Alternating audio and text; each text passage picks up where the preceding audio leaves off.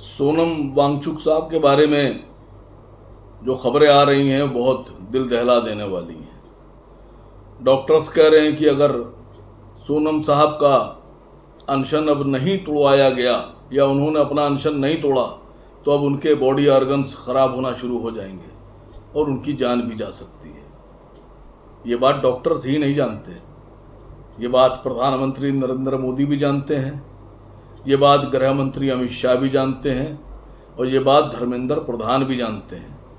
लेकिन प्रधानमंत्री मोदी, गृह मंत्री अमित शाह और धर्मेंद्र प्रधान क्यों सोनम वांगचुक साहब के साथ खड़े होंगे? वो तो उनके विरोध में हैं। भाई, वांगचुक साहब जिस बात के लिए अनशन पर हैं वो सीधा सीधा से कह रहे हैं कि देश के बच्चों का भविष्य खतरे में डालने वाले शिक्षा मंत्री को इस्तीफा देना चाहिए। तो भारतीय जनता पार्टी की सरकार तो उनके विरोध में है, वो क्यों उनका अनशन तोड़वाने की बात करेगी? वो तो इस्तीफा नहीं दे रहे हैं। लेकिन सोनम वांगचुक साहब जिन बच्चों के लिए अपनी जान को खतरे में डालकर अनशन पर बैठे हुए हैं, वो बच्चे कहां हैं? भारत में हर साल ये तादाद कम नहीं होती, आंकड़ा निकालिए। 10वां, 11वां, 12वां और उसके बाद में हायर एजुकेशन, ये लगभग हर साल भारत में जो तादाद इन छात्रों की है वो लगभग 7 से 8 करोड़ है। अब 10वां, 11वां, 12वां, मैं नीचे के छात्रों की बात नहीं कर रहा हूं, 10वां, 11वां, 12वां और उसके ऊपर के जो छात्र हैं जो कंपटीशंस वगैरह दिया करते हैं और पेपर लीक की वजह से जिनके भविष्य खतरे में है, सोनम वांगचुक साहब उन बच्चों के भविष्य के लिए अपनी जान खतरे में डाले हुए हैं। ये 7-8 करोड़ छात्र ये क्यों वांगचुक साहब के साथ नहीं खड़े हो रहे? ये तो विक्टिम है। भाई, सरकार वांगचुक साहब का विरोध कर रही है तो समझ में आता है, लेकिन ये जितने भी छात्र भारत के हैं जिनकी लड़ाई वांगचुक साहब लड़ रहे हैं, सोनम साहब लड़ रहे हैं, ये छात्र उनके समर्थन में क्यों नहीं उतर रहे हैं? ये बात समझ में नहीं आ रही है।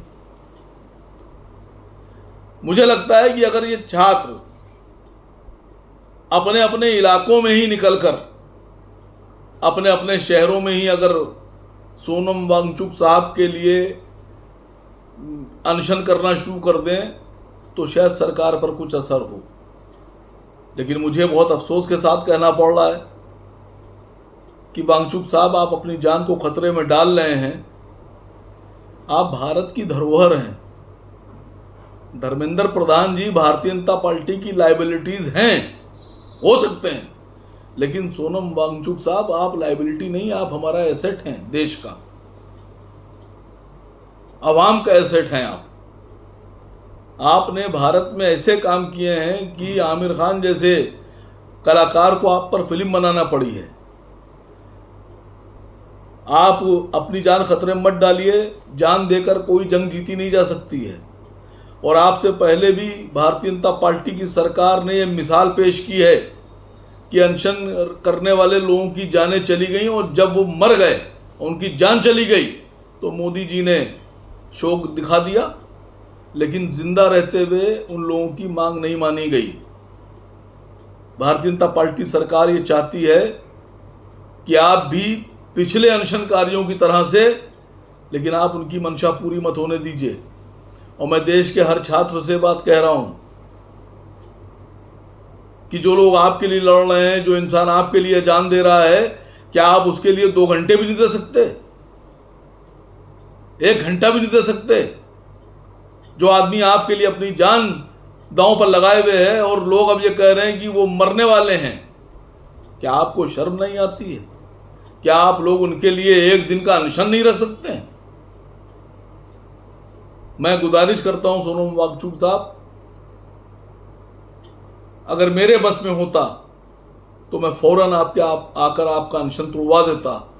प्लीज अपना अनशन किसी भी तरह से अपनी जान को बचाइए। आप भारत के भविष्य को बचाने के लिए अपनी जान को खतरे में डाल रहे हैं। हम सब आपके साथ हैं। मैं भारत सरकार से निवेदन करता हूँ, एक ऐसे शिक्षा मंत्री की इस्तीफा की मांग की जा रही है जो शिक्षा मंत्री का फर्ज अदा नहीं कर सका।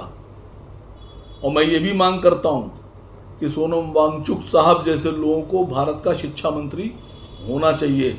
और नौजवानों, छात्रों, सोनम वांगचुक साहब का साथ दो, इनके लिए कम से कम एक दिन का अनशन रखो और भारत सरकार को हिला दो।